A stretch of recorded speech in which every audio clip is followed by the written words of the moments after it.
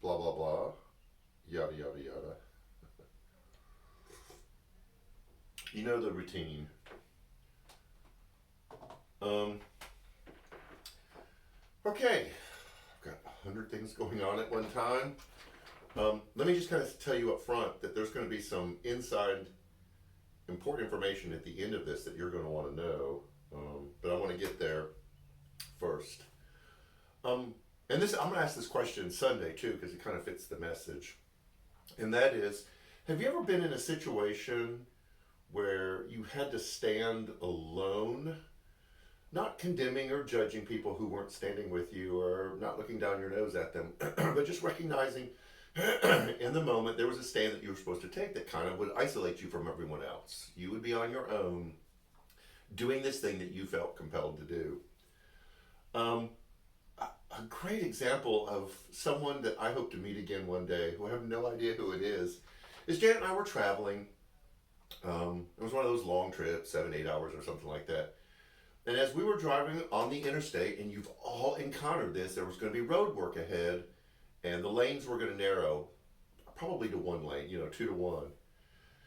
You all know where I'm going with this because you've encountered this before. And if you're this person, then you need some Jesus. But you know how that works. You get the warnings, merging 1 mile ahead.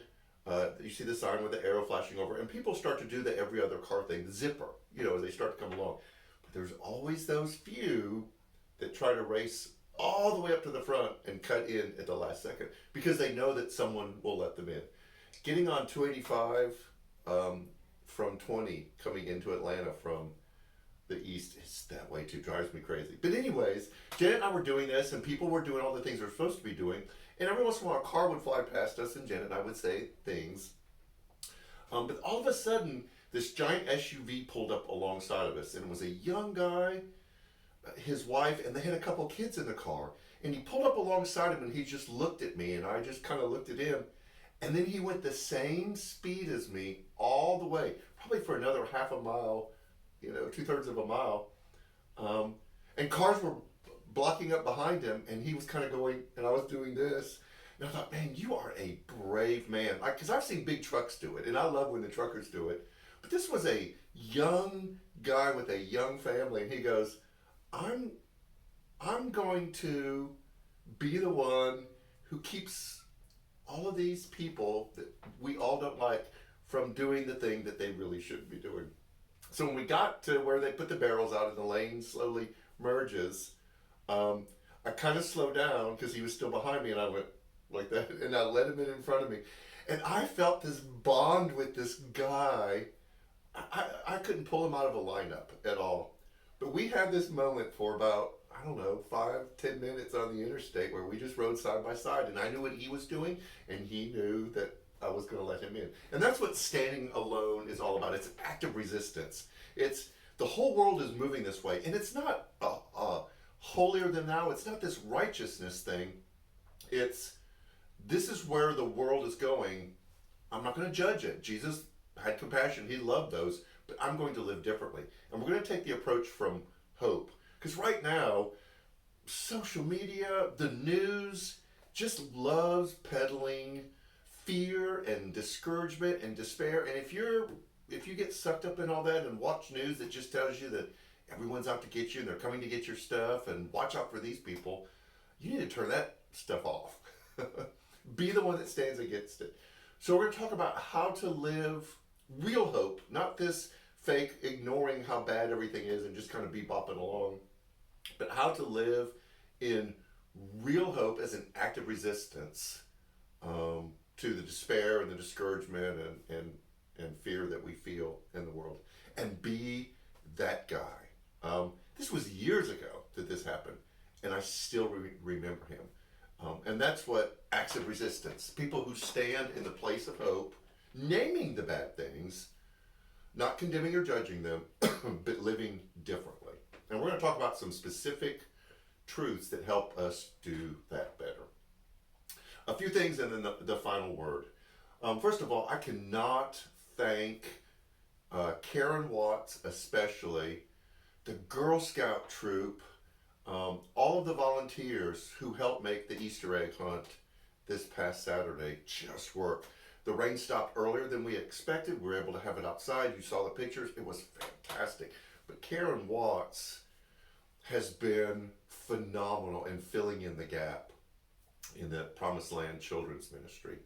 And there just aren't words. I can't sing her praises enough. And all of the volunteers, the Girl Scouts too, just were exceptional. The ones that plant the flowers in the entrance.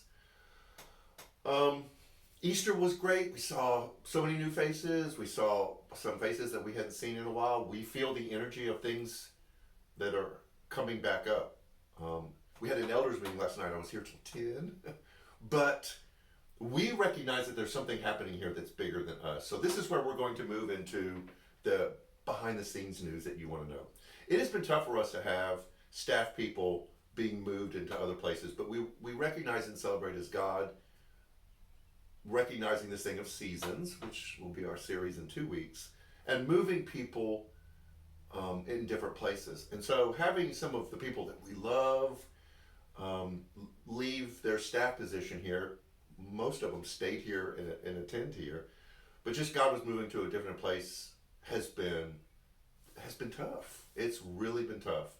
And COVID and all the things that has caused us have been a strain on us.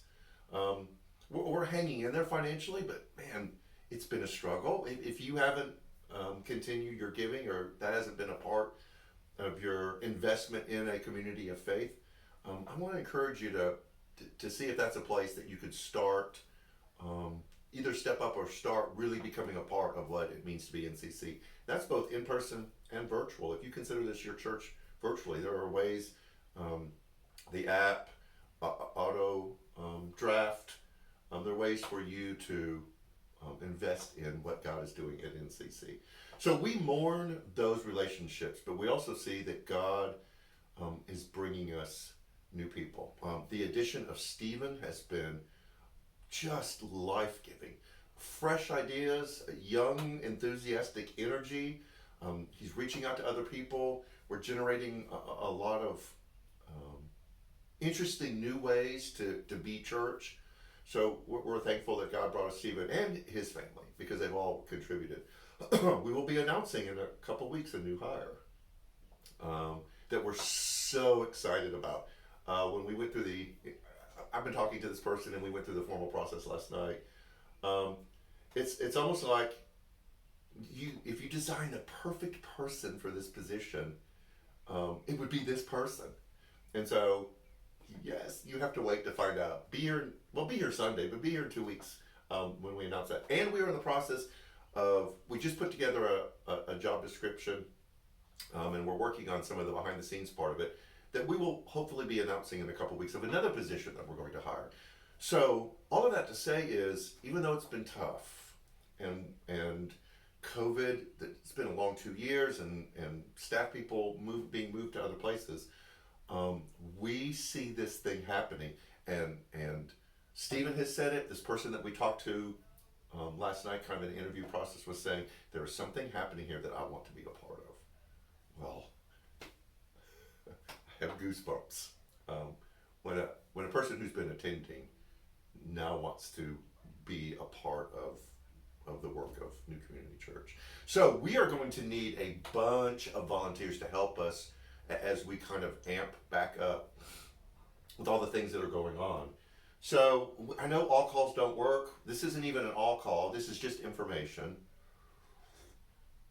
We're going to need children's workers. We're going to need student workers. We need tech team. We need praise team. We need greeters. We need people to work the coffee spot on Sunday morning. There's all praise. I say praise and tech team. There are all sorts of needs that we have. I know this has gone long, but I wanted you to know that even though it's been a struggle, we see God moving in some really mighty ways as far as what's going to happen at NCC. And we would love for you to be more of a part of what's happening. Our women's Bible studies meeting right now out there. It's a great group. They've been doing it weekly. They're the ones that help pack bags for the Easter egg hunt. Our men's group will meet Monday night. We're looking at more meeting opportunities after worship on Sunday with worship planning, small group, connecting people in. So there's a lot happening, and we would love for you to be a part of it. So I know this went long. There was important information, so I hope you stuck with me till the end. Sunday, how to be the guy in the fast lane that keeps people from cheating. An act of resistance, living a hope-filled life.